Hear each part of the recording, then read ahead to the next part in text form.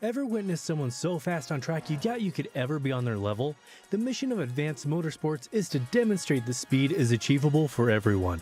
With the expertise of some of the best sim drivers in North America, we are set to release free content on social media and comprehensive guides on our website. For those seeking the ultimate experience, our Advanced Motorsport Institute and personalized coaching sessions are the way to go. No matter your level of experience, we invite you to follow us on our social media to learn to be fast.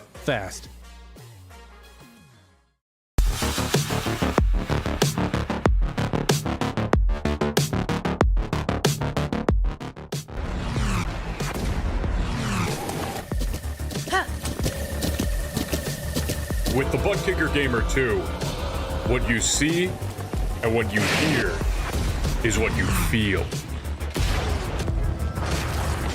Butt Kicker. The future is feeling.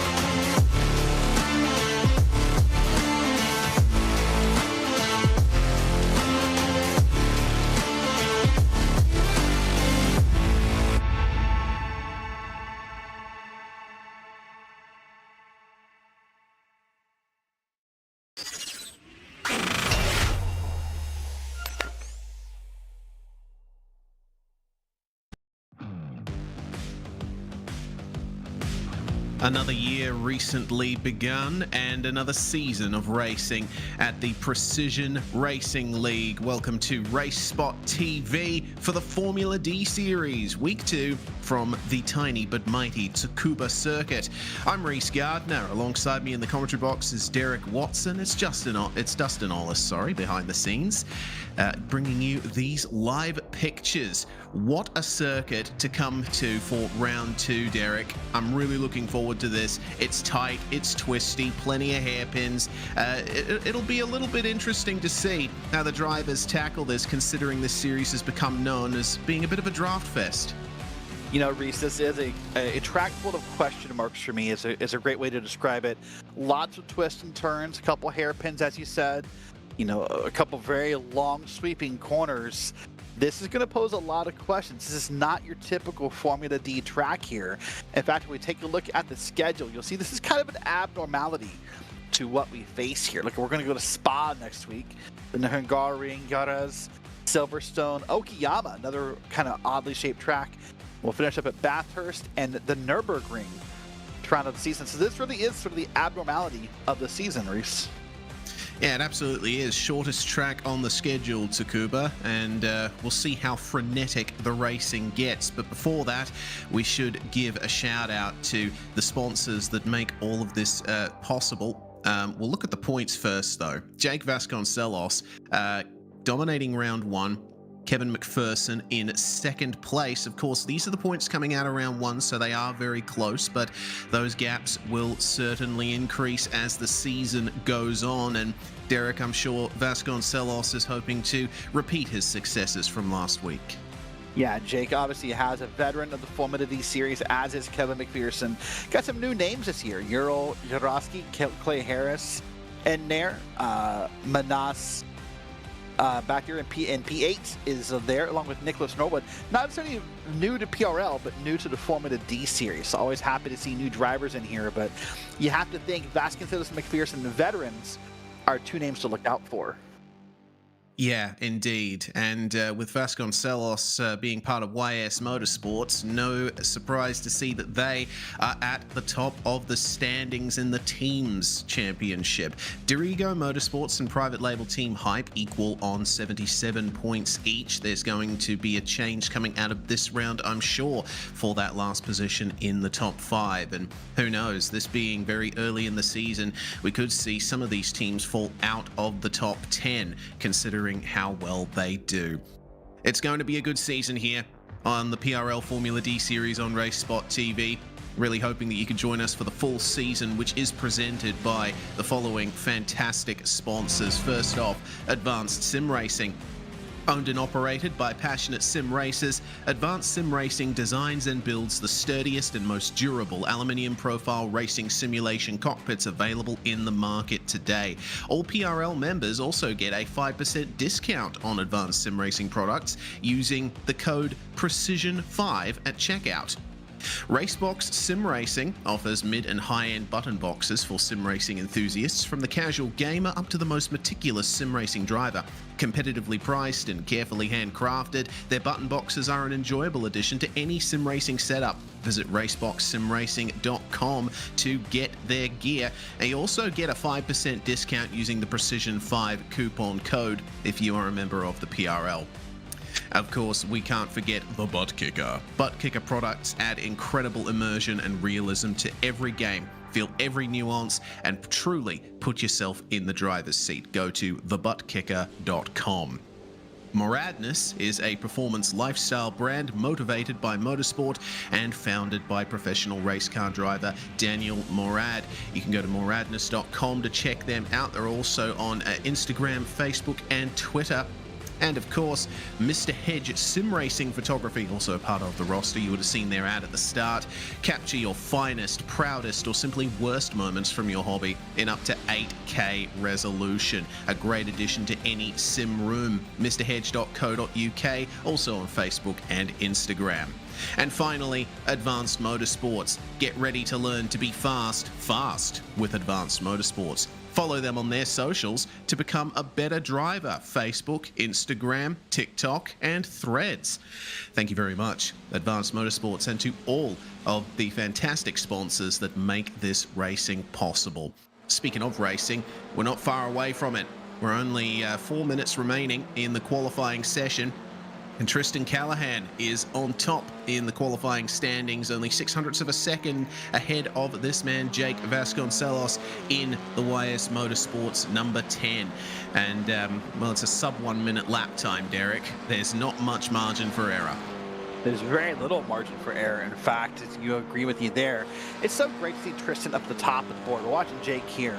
But Tristan is one of those 2 league stars in PRL races here on Thursdays, and then turns around and races the Cup Series on Sunday nights. And so it's always awesome to see Tristan.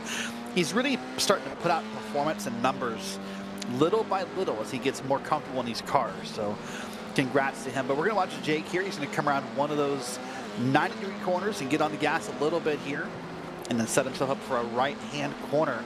This track is a track, you said, less than 1 minute, Reese. And what that means for me as a driver is that there's never a moment to stop and breathe here. There's never a moment to collect yourself or to kind of relax and chill. This is right here, this straightaway here is the only time on the track I think you'd have a moment to kind of gather yourself. The rest of the time, you are working 24/7 around this track. Yeah, you are, and the nature of this car makes the final turn very interesting too. It's a very big lift. You aren't using the brakes through that turn, and you've got a lot of curb and AstroTurf on the exit to gather yourself up. It's all about pushing. It's all about carrying the speed through that corner, but the rest of the track, it's mainly about mechanical grip. We have 3 hairpins on this layout, and the rest of the turns really just serve to connect the hairpins. So I think what you're looking for is a car that is good on the brakes, has good turn-in, etc. Unfortunately, the drivers won't be able to get their cars exactly how they like them, because it is a fixed setup series as we ride on board with Tristan Callahan trying to take back provisional pole position, with Vasconcelos getting to the top by 0.03 of a second. I'd be interested to see how the fixed setup drives around this circuit. I would assume, though, Derek, that it is rather pointy, as is to be expected for a track like this. Yeah, and look at this beautiful onboard shot here. You can kind of see that point I was making about how fast this track moves here. Remember, a lap time here, Tristan has set to 52.230. So literally less than a minute, and you're back around doing it again. So that means we're going to do probably about 40 to 42 laps, I would think, around this track once we use a 35-minute race. So this is a big moment right here. Got to really widen that corner. Came in a little hot and sifted around there. Callahan still trying to run it down here. See Dave Peterson on pit road. He's going to try to get one more run here. And remember, with the rules for qualifying in this series, Reese, if they're on track when we hit the zeros, they'll get to finish the lap here for the Formula D series. Yeah, so if you want to get out and do another lap, you should be out there now. Vasconcelos spinning out of the hairpin, so his last tilt at provisional pole is going to come to an end there. So the pressure is now on Tristan Callahan to gear this lap up. He's coming across the line now, and it's a 53.0 for Tristan Callahan with still 27 seconds left in the session. He locks up again into the first hairpin. It's such a difficult turn, that one, and I think the lap is over. It's a very wide corner, Derek, that first hairpin, and it's very difficult to pick the turn-in point, which I think is why drivers have been having such an issue with it. Speaking of hairpins, James O'Brien going for a spin in, I think, turn 4, the turn 4 hairpin there. Difficult to count the turns here with those little meanders between the corners. Let's see what Zachary Yurt can do, meanwhile, one of the last drivers to get across the line.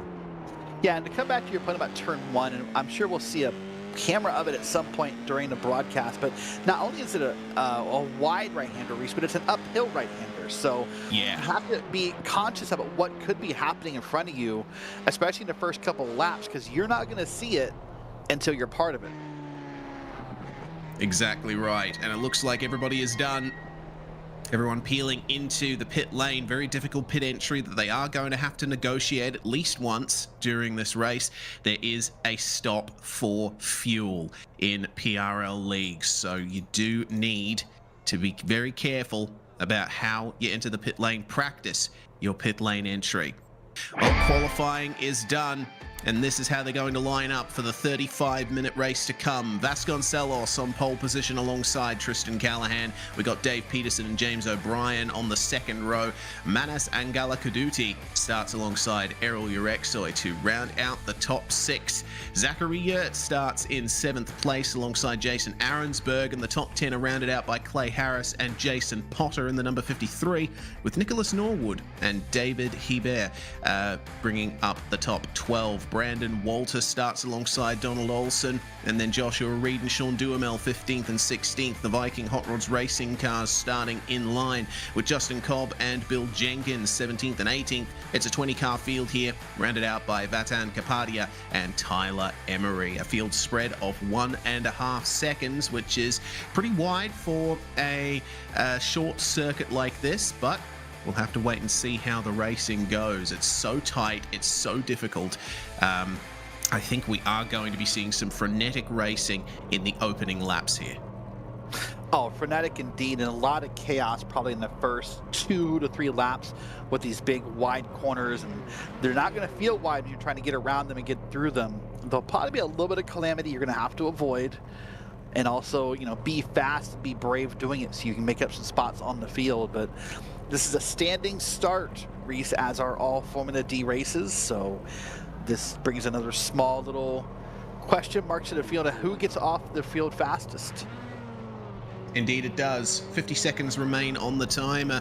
That's just enough time to point out that if you're starting at the rear, you're going to have to turn as you get up to speed. They're starting almost halfway around the final turn at the back of the grid. It's a very short run to the start-finish line from the exit of the final turn here. Tsukuba has been around since the 1960s, and it hasn't changed its layout once. As we get everybody on the grid now, we get ready for PRL Formula D here at Tsukuba. Round 2 is go. And that's a great standing start from Jake Vasconcelos, absolutely launching the YS Motorsports number 10 off the line. Tristan Callahan going defensive immediately as Manas Angala-Kaduti tries around the outside of Dave Peterson to take third place. Looks like a clean start, slight contact between Angala-Kaduti and Peterson. As up the inside goes Jason Arensberg. Oh, there's contact. Arensberg and Peterson come together, and that creates a little bit of a traffic jam in the midfield. They've got to try and sort themselves out quickly. Already lost his rear wing, and spinning is Jason Arensberg, and that has taken out Errol Urexoy as well. Absolute chaos here on lap 1. My goodness, Errol Urexoy was up in the air and flipping around. We'll wait in the moment and get a replay of that, but he was the big victim there. We saw lots of movement back and forth. James O'Brien at one point went way wide. You see there in the white and red machine. Already come around to complete their first lap. This is that big sweeping turn here. And now they'll come up on the front straight and they'll complete lap 1. Vasconcelos is still the leader here. But right now you gotta keep your head in the game. You gotta go, okay, I survived the first lap, but you can't rest yet. There's still too many cars too close together to be too comfortable. Indeed. That is a big dive there from Clay Harris. Locks up and goes into the grass. He was trying to take the position back, but man, he has ended up losing 2, maybe 3 positions from that, down into 7th spot now. I noticed just before that incident, interesting line into turn 1. Oh, he's still having trouble with locking up the brakes. If you're on the outside coming into turn 1, you can actually maintain that line and get the inside for turn 4. So that's a potential move that we'll be seeing here tonight. So side by side, coming into the final turn here, and immediately they managed to sort themselves out. There's going to be, I think, not much in the way of big dives towards the end of the race, considering how things have been going here on the first laps. Our top 2 are currently close together. Jake Vasconcelos, he hasn't been, well, Tristan Callahan is not letting him go here as we get a replay of what happened between Urexoy and Arensberg. Oh man, that's such a shame. Arensberg had already lost his rear wing there, at least on my end, so he was already struggling for grip, and Urexoy probably wasn't anticipating that incident there. It's a real shame. No, looked like he kind of drove over Arensberg in a way and kind of got the car airborne by using like a ramp, is what looks like happened right there. And this will be happening here, and this is 5th and 6th on screen. Let's see who gets the inside lane. Obviously, it's going to be Peterson right there, and he'll enjoy that inside lane. Now he'll start to get around the outside. So as a driver right now, you have to start making plans for what the rest of the race means to you, how aggressive you want to be, you know, when you want to make a move here or there. Oh, hold on. Oh, and you have to stop locking up the brakes. That's a common theme tonight. And I think that's a mix of maybe these drivers practicing more solo than behind somebody. That little bit of draft matters. That little bit of dirty air matters. And man, we're just seeing so much locking of the brakes here. That Zachary Yurt, there's going to be a lot of upset tires at the end of this race. Oh, it certainly is. The drivers won't have to change tires in the pit stops, but managing the heat is going to be an issue, especially if you keep sliding and locking up like Yurt is. And man, that sucks for him. Coming through the final turn, super wide, and that is yet another position lost, with Clay Harris now taking up 6th position. Dave Peterson, meanwhile, he's just been minding his own business up ahead. Meanwhile, the battle for first place, Vasconcelos versus Callahan, they were very close on lap times. Only 3 200ths of a second separating them on outright pace, and it wasn't much more of a gap in practice either. Now Callahan is taking advantage of the slipstream down the back straight. See how much the dirty air affects him here coming into the final turn. Remember, these cars, they do produce a bit of downforce, but the aero's not as sophisticated as faster open-wheel cars. So dirty air is still a small problem, but not as much if you were driving, say, IndyCar or Formula One. Meanwhile, the throttle application looks to be with Callahan at the moment, but it remains to be seen whether or not Vasconcelos can weather the pressure as we check back further in the field. Yeah, we'll check back further and watch this little line that's forming here. Now, unlike most Formula D races, as you said earlier, there's not much of a drafting line here. I don't think it's going to help them be in line. You saw Callahan trying to kind of dip out of line a little bit to get some clean air when going through those corners.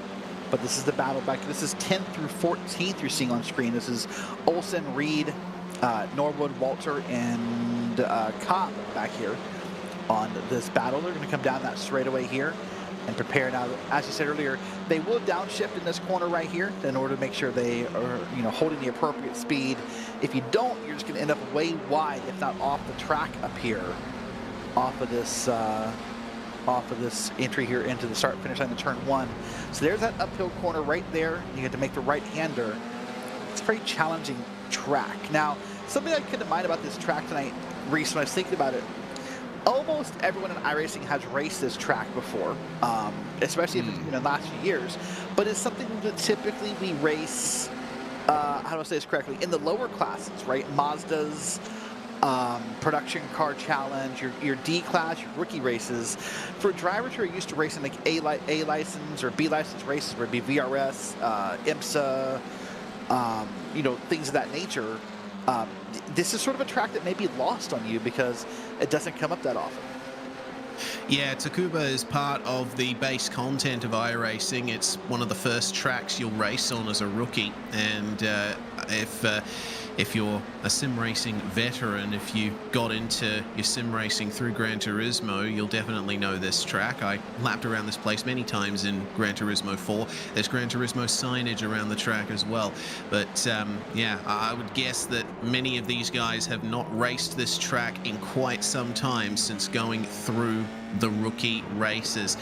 Number 44, Nicholas Norwood, trying to keep Brandon Walter behind him.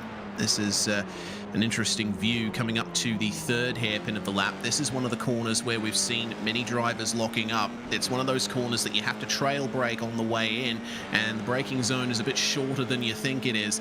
Very easy to lose that grip. Vasconcelos, meanwhile, fastest lap of the race so far. He is looking very comfortable in the lead. The gap between him and Callahan was about 0.5 of a second at the start-finish line, but the battle is still close. Coming through this very fast right-hander, which is more or less flat out, I'd say, in these cars, and then down to that hairpin. You notice this is something I've seen over the last few laps. Did you see the difference in approach to the corner there? Vasconcelos taking a wider entry, Callahan going straight to the inside. Vasconcelos gets the advantage coming down the back straight there with a straighter exit. And that, I think, is what is keeping him in the lead right now. Yeah, that's right. What happens is that Callahan makes up a lot of time by cutting the corners, and it's not just that corner. It's a lot about it. That's the new fastest lap by Callahan here. So Callahan's cutting the corners and getting the faster line in, but Vasconcelos is able to hold a little bit more throttle on the way out. And so that's sort of where they're teeter-tottering, as far as who gets a better run in, out, or different corners. But right here, this is as close as it could be. Now, the challenge for Callahan on a track like this that is always moving, always twisting, always turning, and at some points feels very narrow, catching Vasconcelos and passing Vasconcelos, two very, very, very different problems. Indeed, and you saw there Vasconcelos, I thought for a second he was going to go for the pits, but evidently not. A little bit of a break of the draft there, and you see once again diving towards the inside of the corner right away is Tristan Callahan. Vasconcelos, though, makes up the time on the exit of the corner. This is a classic battle, and we have a lapped car in the form of Errol Urexoy just ahead of them, who's come back out on track after getting his car repaired.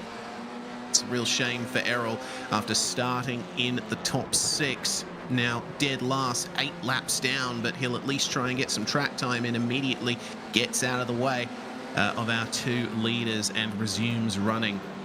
And there is the draft weave once again from Vasconcelos.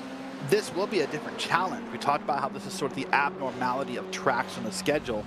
It's not very common when we call Formula D races that we have that topic of lap traffic. Typically, we're somewhere like a Spa, a Nürburgring, a bigger track where even if you start to get to a threat of lap traffic, the pit stops happen and it sort of kills that conversation. But here, probably in a few laps when Vasconcelos catches the rest of the field, lap traffic will probably be a conversation for most of the rest of this race. So not only does Vasconcelos have to kind of drive out of his mirrors, he needs to also be aware of maybe how a slower car is going to take a line here into a corner and make sure he doesn't get held up there. This is going to be a very different challenge for Jake than what we see typically. So we'll wait and see how this plays out. Now, Errol, as you said, already laps down. Has to come out and race, though, Reese, because one of the new things with that 9-week schedule for PRL this year, there's no drop week. Errol has to come out here and collect every point possible. There's no drop week to save a bad performance here. Yeah, exactly. That is a big change to PRL for this year, and certainly means that drivers will stay committed no matter what happens.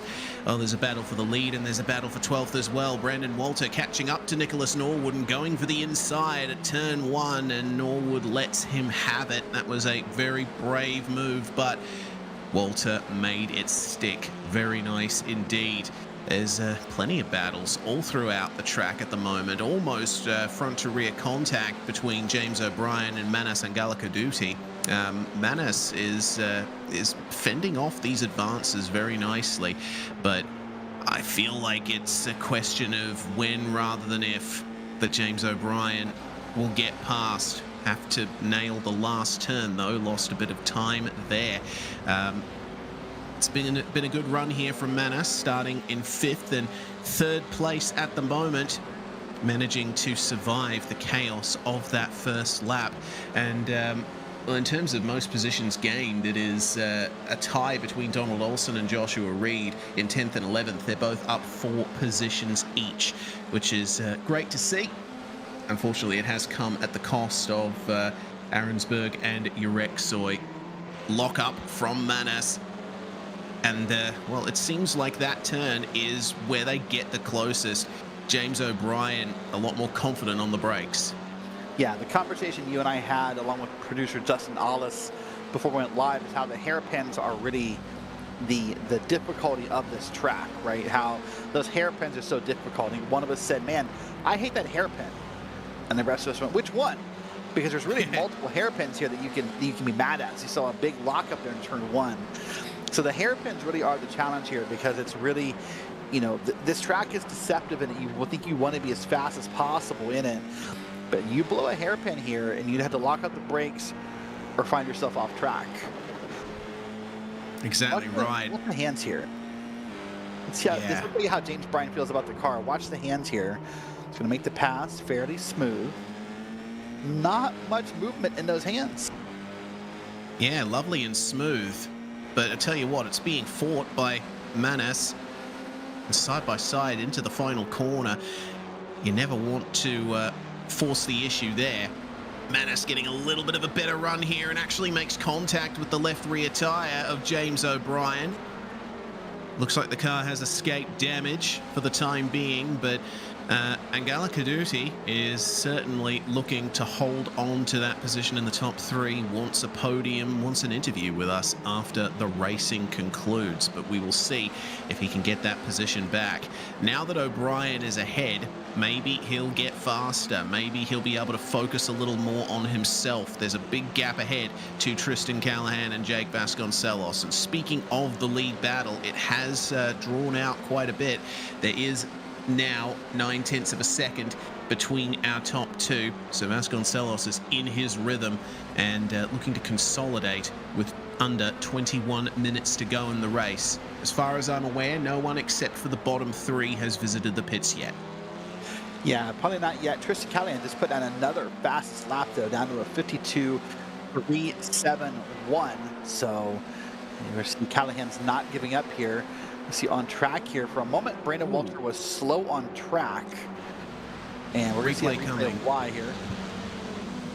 Yes, it was a little bit of a spin coming out of the final hairpin. And speaking of spins out of hairpins, I don't know if the eagle-eyed viewers caught that, but Vasconcelos actually had a half spin coming out of the turn 4 hairpin. So that's completely eliminated the gap for the lead. It has eliminated that gap right here. So now Callahan's excited, the heart's pounding. He's going to have a tighter grip in that wheel, just trying to find a way to make this work here. But now that he's back within this range of basically a tenth or 2/10 of a second, he's got to start plotting the rest of the race out in his head and playing it forward. I think the only way he's going to get around Vasconcelos is by performing the undercut or overcut on pit road. Yeah, it's going to be pit strategy that decides the battle for the lead here, because these two drivers are so close on pace, aren't they?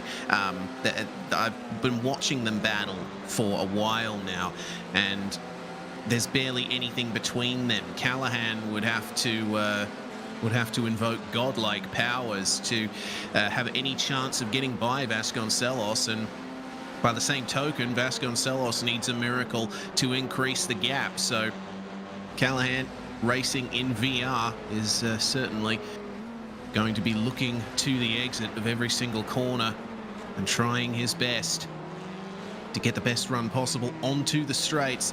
Under 20 minutes to go.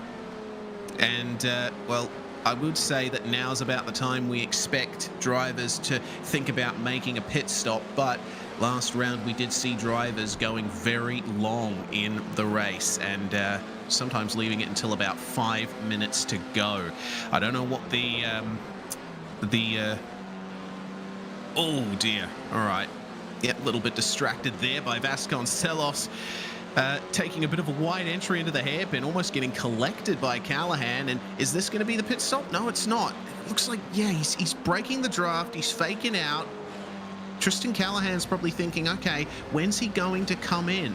And I guess, Derek, if you're Vasconcelos, do you want to undercut or overcut? Oh, that's the ultimate question you have to play in your head, right? If I'm Vasconcelos, I probably want to wait until... I don't think it's about an undercut or overcut. I think it's when I catch lap traffic, right? So I look ahead and I see that on my relative screen. I go, oh, look, here's some cars. Boop, down pit road I go.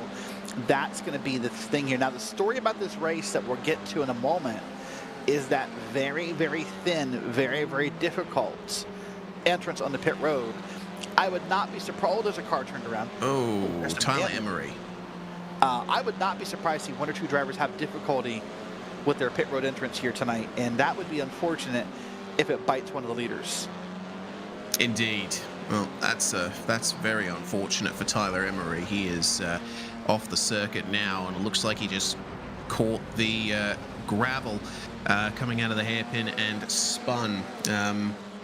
Seeing that Vatan Kapadia has had a problem as well. Oh, yeah. Too hot into the final turn. And wow, there's more cars spinning on the live pictures. Our leaders just went by them. Sean Duhamel. Oh, no. Wow. All right. Man, there's... it looks like mid-race chaos starting to eventuate here, Derek. Well, two things are happening right now, Reese. It's causing this is, one, you're running out of gas. And so gas is heavy. That sounds obvious, but I want to say it that way. Gas is heavy. So when that weight is out of the car, a lot of drivers who are willing to hot lap, wait to see what happens here. Just turns it around himself, and it's going to be in the middle of the road. And just going to get it reset. Oh, going to try to get it on the grass. That's a good move there. Yes. But when that weight comes out of that car, the back end will behave very, very differently from what it did at the start of the race. And the second thing is you're wearing out tires. So that'll cause it to be different here. Now, P8, Dave Peterson, now down on pit road. But that loss of gas, we all want less gas as possible because we want to go fast. But it does mean the car behaves very, very differently on the track. Indeed it does. This is another view of Tyler Emery, just a little bit too Gasly out of the hairpin and ran over the curb and onto the dirt that lines the circuit. Very easy to do in these cars. No traction control, no anti-lock brakes. It's all down to the driver. And these two drivers still fighting their way through. Despite all the chaos that happened over the last few laps, they have managed to keep up the pace, keep up this very close gap between them. Manas and Galakaduti also coming into the pit lane, as well as Jason Potter. Manas, remember, was fighting for third and fourth place, so we'll keep an eye on the likes of James O'Brien, Clay Harris, Zach Yurt to see how they respond to that stop there from Manas. We also see Donald Olson and Joshua Reed making stops, and well, I don't think we'll be seeing any more of Tyler Emery unless he gets his car fully repaired, which is going to be difficult in these last 15 minutes. So that's a round of pit stops there. Dave Peterson a second or so behind Manas and Galakaduti and starting to make up time as well. Those drivers have both made their way through the pit cycle, and now it is a race to the end between them. You know, who that all this calamity is really a good news for, pardon me, is our leaders. We kept talking about that topic about lap traffic and slower cars, and not to make light of it or not to make light of someone's misfortune, but every car that spins around and hits a wall and exits the track is one less car on track for these guys to worry about. It's now becoming more likely maybe there won't be lap traffic in this race because we're just thinning out the field a little bit. Here comes Jason Potter. He'll adhere to that pit road speed here. That's a second stop for him. That is a second spot. I wonder if there's a black. I don't see a black. Oh yeah, he does have a black flag. So he apparently was speeding the first time or had something wrong. He has a black flag under his name. Pit road speed, by the way, 37 miles per hour. Reese, if you want to convert that, you can, but 37 miles an hour is not fast.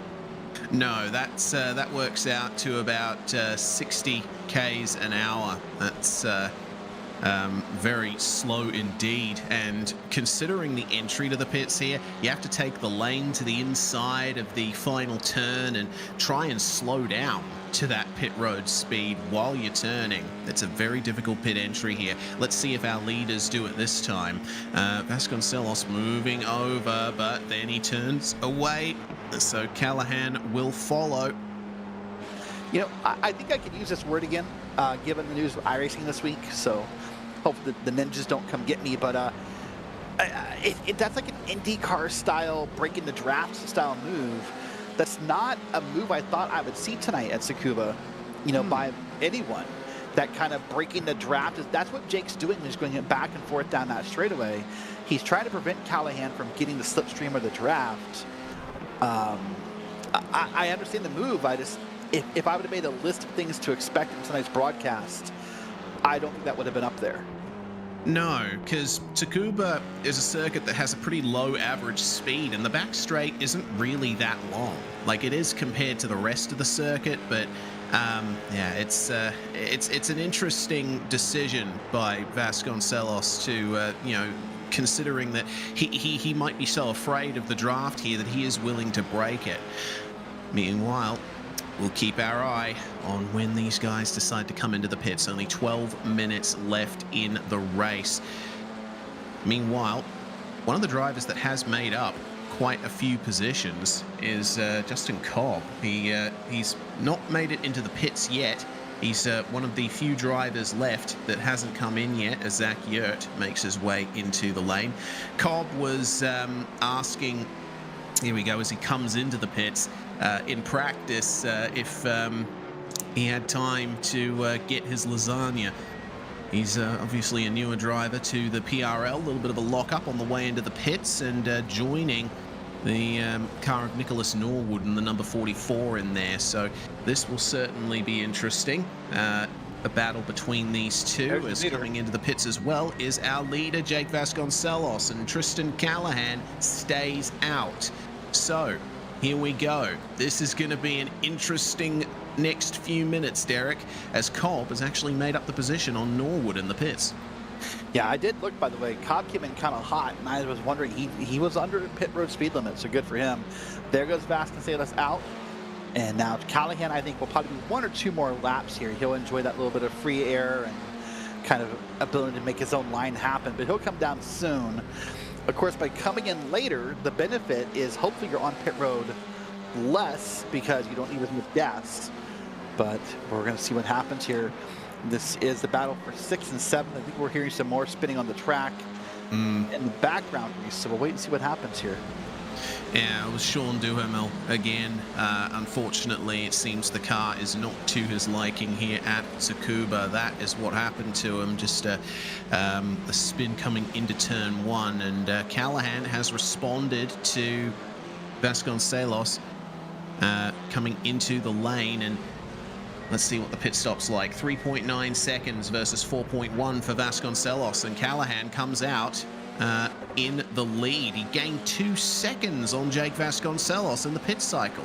That's impressive. He'll lose a little bit here just due to the speed that Vasconcelos had compared to what Callahan had, but that's impressive that he pulled that off and was able to grab that lead here, and will lead some laps here in week 2 of the Formula D series. That's impressive.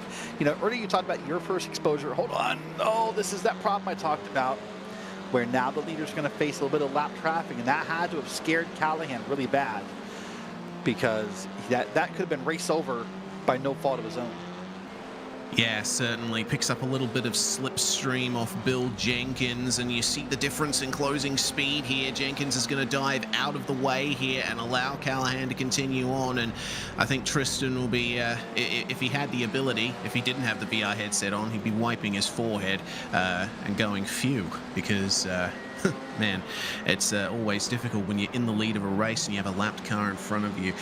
Meanwhile, David Hebert has come into the pits, and that means the field is cleansed. There are no more cars that have not taken their mandatory pit stop here, and Hebert is going to fall his way through the field and come out in 9th spot. Meanwhile, battle for 4th. Galakaduti versus Peterson. This is a great view. I always love watching on boards in these Formula D cars, especially at a tight track like this. It's so entertaining to see Dave Peterson making up those infinitesimal bits of time on Manas and Galakaduti. And look at this, as we come around the corner, look at that. That's going to be Brandon Walter down on the inside very slow. I don't know why. Let's see if we can figure that out. But he's down off the track and just barely creeping it on the pit road. So that, luckily he got off out of the way. There's a thought that maybe he didn't get fuel on his stop. I don't see. Yeah. I'm looking at the pit stop times here. He was only stopped for 1.5 seconds. That's nowhere near enough time to get the requisite fuel in the car. The engine is off, and he'll be hoping that momentum will carry him to his pit box. He did start down the field, so he will be one of the first pit stalls, which is going to help him out. Meanwhile, Justin Cobb and Nicholas Norwood, oh, easy does it coming into turn 1. Cobb managed to get the position in the pit cycle, but Norwood, it seems, is a little more pacey here. He is a little more pacey here. There's a couple of battles that are heating up across the track. Now some drivers are willing to push and see what they can make of this battle here for 11th and 12th. The battle for the lead is picked up, by the way. Look at that ticker on the top of your screen, Reese. That is down to almost 1 second. So that means Vasquez has closed half of that lead since the pit stop. So we'll see a lot of what's happening here. Good grief. Cobb really wide out of that corner in that yellow and green machine, and making that scary move there. It's not a three-way battle. The car behind is lapped, worth pointing out, but yeah, it's always difficult here at Tsukuba. It's Jason Potter who's the car behind these two. Norwood in the yellow and green machine, making up the gap on Justin Cobb. Meanwhile, 4th place is still up for grabs with 6.5 minutes left on the ticker. Dave Peterson trying to make up time here on Manas and Galakaduti, and managed to run a 10th faster on the last lap, but this is the issue. You come up to a car and then suddenly you can't gain as much time as you otherwise want to. There is a car in your way and you have to try and set up a move. That's the next challenge for Peterson. Yeah, there's not exactly that many obvious passing lanes here. That's the challenge in a car as big as a Formula D. If we come race the MX-5s here or some smaller vehicles, you can kind of find that lane. But I mean, look at this here. There's just, this is the only spot where you can say, hey, that's an obvious passing lane on this track. But now they're coming to the sweeping right-hander. You're going to see him downshift, there it is, a certain point, and get back into gas right there. The green lights go on as the RPMs go up. And now he'll start to set up turn 1 and see if he can make it happen. That's a lock up there for Manas, and that is the chance for Peterson to try and get this move done. Easy does it. Coming into the turn 4 hairpin, it's difficult to make a pass into here. But even with, look at that, even with that lockup, you would think for most tracks that would be an obvious, I'm going to get around the guy kind of moment. But even in that lockup, his lockup sort of put him right in the middle of the way and made it difficult to get around him. So that's just what we're facing here. Here he goes. Dive inside, and I think he has him. Oh, he's going to have the inside for the final corner as long as he can keep the car alongside. Manas would have gotten on the throttle a little bit earlier to maintain the momentum, but he has to give room to Peterson on the inside of the final corner. Now, I've seen moves done around the outside of turn 1 before here. Manas does have a little bit of an advantage, but Peterson straight to the inside, gets the move done. That is a change from 4th place. That was a lovely little exchange between those two. And now we'll see if Peterson can gap him. Meanwhile, the lead is still up for grabs. The gap has come down to 0.6 of a second as Callahan makes a slight mistake on the exit of the hairpin. Can't figure out what's going on here. I almost think Callahan sort of backed it up a little bit to make sure he has enough fuel. But I mean, he's given up almost 1.5 seconds since they pitted about 7 minutes ago. So I'm not sure if he's backing it up or if he's just having a hard time on older tires or what's going on here. But here right now, back in the thick of things. And so maybe now, I don't know, with 3 minutes left, I don't know if we're going to get there, but there is some traffic ahead of them. We'll see if they get there. I don't think they're going to get to them within the 3.5 minutes left on the clock here.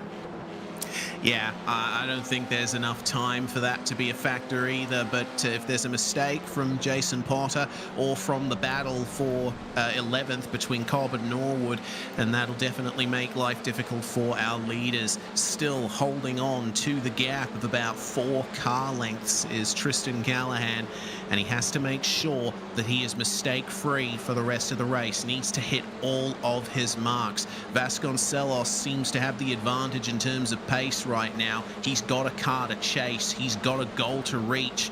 I absolutely love that dynamic in a battle. And you see just how direct Vasconcelos is with the car, managing to bring it straight to the inside of every turn. I've barely seen a mistake from him this race, apart from that incident we caught earlier.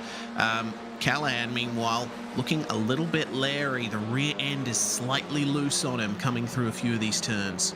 And this might be the experience showing through. Not that Callahan's not an experienced driver in PRL, because he is, but Vasconcelos has a much more of experience lately of leading laps than Callahan does. So it's possible his nerves are getting to Callahan, that excitement, that adrenaline, the heart pumping is getting to him. But here we're seeing the car off track, but all is good there. But it's very possible that just those nerves and the jitters are getting to Callahan and causing those small little moments right there. And that's what happens to most drivers who haven't led in a while or aren't used to leading. You get yourself amped up a little bit, and it's hard to maintain that focus. 2 battles on track at the moment. The battle for 4th, it's still on between Dave Peterson and Manas Angalakaduti in the bottom right corner of your screen. So we've got plenty of stuff still to decide here, and our leaders are starting to come up on the battle between Justin Cobb and Nicholas Norwood. So it looks like there is going to be a little bit of lap traffic messing with the battle for the lead here and adding a little bit of a wrinkle into the end stages of this race. 1.5 minutes on the clock. I'm calling 2 laps to go here, and it's all going to be down to Callahan to be assertive and Cobb to jump out of the way, and easy does it coming out of the first turn here. Is Cobb going to go wide and let them through here? No, he's not. He's in his own battle. Wait a little longer. Oh, almost contact there between Vasconcelos and Callahan. Callahan's going to get back in front here. It has to maintain that composure, not be upset that the little bit of contact may have happened. Here we go. Whoa. Whoa. All right, Vasconcelos almost had a massive crash there with Justin Cobb. Barely avoided him there. My goodness. Good on both of them for getting out of that one cleanly. What that has done is it has eliminated the gap for the lead. And with, oh my goodness, oh no. That's Joshua Reed that's gone off there. He was fighting, I think, with Donald Olsen for 9th spot. That's a real shame for him. But it is the last lap. And one final bit of lap traffic for our leaders in the form of Nicholas Norwood. If he lets them go, that'll bring him back into the clutches of Justin Cobb. So the battle for 11th is not over either. But now if you're Callahan, now you're mad because... Oh no!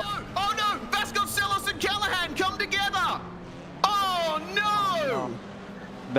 Callahan's moving. I can't see him on track yet, but he's moving. But Vasconcelos is massively hurt here. Oh no. Well, that is going to promote James O'Brien up into 2nd place. He was driving a very quiet race, wasn't he? And took advantage of the crash between our leaders. We should get a replay of that post-race. But Tristan Callahan is going to survive it and is going to take the win in week 2 of PRL Formula D here at Tsukuba. Wow. What a finish to that race. Vasconcelos crosses the line in 3rd place behind James O'Brien. Peterson is going to win the battle with Manas and Galakaduti. Oh my God. What a moment and what frustrations there must be inside some of these vehicles. I was just going to bring up the point about why you'd be mad at the lap car for being in the way when from your perspective, they didn't have a battle left. And man, oh man, let's see what happens this way. Watch it again here. It's hard to see who makes the first. They were both trying to avoid the lap car, the lap down car, or the potential lap car. But I don't know who makes the first move. If we could see it from maybe like from Vasconcelos, maybe we could see easier. I don't know. Okay, so my judgment of it is that Callahan was wanting to go to the right. Meanwhile, Vasconcelos committed to the left very early, both of them having different ideas of how they were going to get around Nicholas Norwood. Unfortunately, Tristan Callahan realized that there wasn't going to be room to get it done around the right, and ended up going left and into Vasconcelos from what I can see. Yeah, just a split-second decision of how to get around the lap car, and those are the moments that happen here. So he unfortunately makes contact with Vasconcelos and really does affect the results. I mean, Vasconcelos is still 3rd overall, but frustrating. Let's take a look at the results here, and then we'll see what happens in the interviews. Indeed. Well, Tristan Callahan takes the win ahead of James O'Brien, who from nowhere finishes 2nd place after running solidly 3rd all race long. Vasconcelos completes the podium. Peterson and Galakaduti are going to round out the top 5. It was a great battle between those two, with Zach Yurt finishing a 2nd ahead of Clay Harris for 6th place. David Hebert is going to cross the line in 8th. Donald Olsen in 9th. And Nicholas Norwood, who was the lapped car involved in that final lap skirmish between the leaders, finishing in 10th and the last car on the lead lap. Justin Cobb, a lap down. A good performance from him, up 6 spots, with Joshua Reed and Bill Jenkins finishing lucky 13th. Sean Duhamel, a lap down. And then we have the likes of Potter and Arensberg, 2 laps down, with them having their own issues over the course of this race. Brandon Walter running out of fuel, 3 laps down for him. Errol Rexoy crashing on lap 1, and the repairs mean he finishes 9 laps down.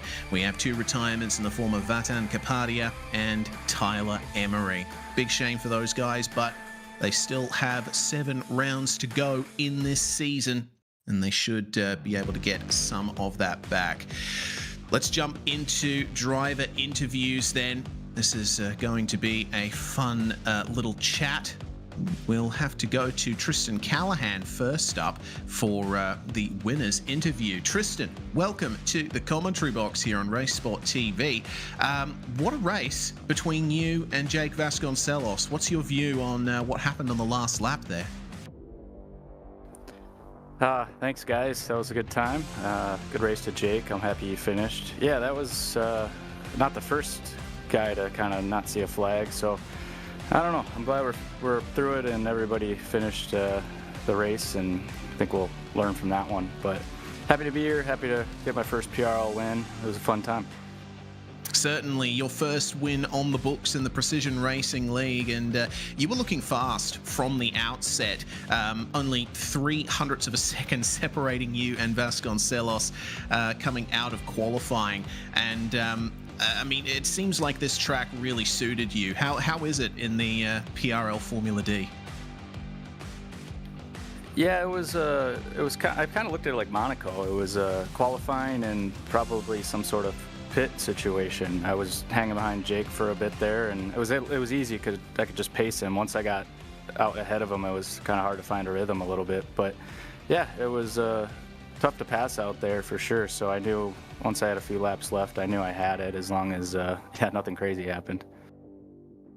Well, plenty of crazy stuff did happen, and it was ultimately you that was the beneficiary. So from the winner's circle, we say congratulations to you, Tristan, and hopefully we get a chance to chat to you next week.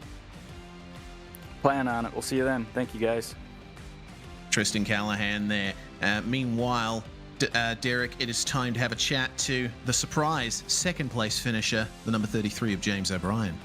Well, James, you're a great racer, so in that respect, it's not a surprise, but the surprise is that somehow you're in P2 on the last lap. So before we talk about your race, let me ask you this. What was your perspective? Could you see what happened, or did you just kind of find out once you got there? Yeah, I couldn't see anything. I just saw Jake sitting in the grass, and I was like, oh, well, they either got together or something else happened, but I just tried to keep focused just in case Tristan was down too, and it looked like he got woed up quite a bit as well. But no, I didn't see what was going on. Fair enough. Well, this was a very different and unique track for the Formula D cars. There are lots of twists and turns. What was your experience out there? How difficult was this track with this car? I think it suited it really well because they're not the fastest car, and this track doesn't really suit top speed, and I think it kind of is a good match. You really, really have to learn how to drive with momentum here. It's not what I normally do, so it's kind of why I do it, because it's the polar opposite of what I normally race, and it just keeps me on my toes in both respects, you know, in both races, both practices, I guess I should say. But I really enjoyed it. I love this track. It's a lot of fun. I've been racing it forever on other games as well, and I was super happy to see it on the calendar along with Spa next week, so very excited about that. Two very different tracks in back-to-back weeks. So my last question will be, recently I had a brief conversation in the booth about the first time we would have seen this track in any respect. For you, would it have been iRacing? Would it have been Forza? Would it have been Gran Turismo? Where's the first time you remember seeing Tsukuba in any kind of video game or sim? I believe it was Forza Motorsport 1, the very first one. Not the one that just came out, I think, but I've raced on it in Gran Turismos, all the Forzas that I've had, and now here. I think it's a classic. It's definitely not just on the surface. It looks like a pretty basic looking track, but when you get to driving it, it's addicting. You just keep ticking away laps. You want to go faster and faster and faster, and that's, I think, what its charm is. You just have to, it like sucks you into a rhythm, and you don't want to stop lapping it. Yeah, I would agree with that. It's a great track. Well, listen, great job tonight, P2, and we'll see you next week at Spa. Awesome. Thanks for commentating, guys. Yeah, you're very welcome. Big Well, that's thanks. James O'Brien. Finished P2 tonight, Reese. Indeed, he did. And finally, we're bringing in third place, Jake Vasconcelos, but could have been the victory there, Jake. Oh, man. It was a well-driven race from you, as we've come to expect. Unfortunately, just all coming to a head at the end. Yeah, I'm not really sure what happened with that pit stop. I lost like a second and a half to Tristan, so I gotta look back at that, and I'm not really sure what happened at the end there. I gotta watch the replay. There was definitely a gap, so I don't know. It seems like maybe I got turned in on, but we'll check the replay. Yeah, I think just a miscommunication. Both of you had different ideas of how to get around the lapped car. It seemed like lap traffic was quite an issue here today. I think just due to the nature of the track, it's very tight, very short. Did that change your approach at all? A little bit. I mean, if you build a gap, you can, just can get eaten up from lapped cars. But yeah, I mean, they just got to get out of the way, and it's unfortunate that a couple of them didn't when it was most crucial for the leaders. Well, regardless, that shouldn't be too much of an issue next week at Spa. A bit more of a conventional circuit for these cars. So it's back to the draft fest, back to the grind of trying to take this championship. With you winning the previous round, obviously more wins are coming. At least that's the hope. Yeah, for sure. Hoping to talk to you guys a lot more this season. Indeed, and we're certainly hoping for the same. Thanks very much for joining us, Jake, and we'll see if we get a chat to you next week. Thanks. Good night.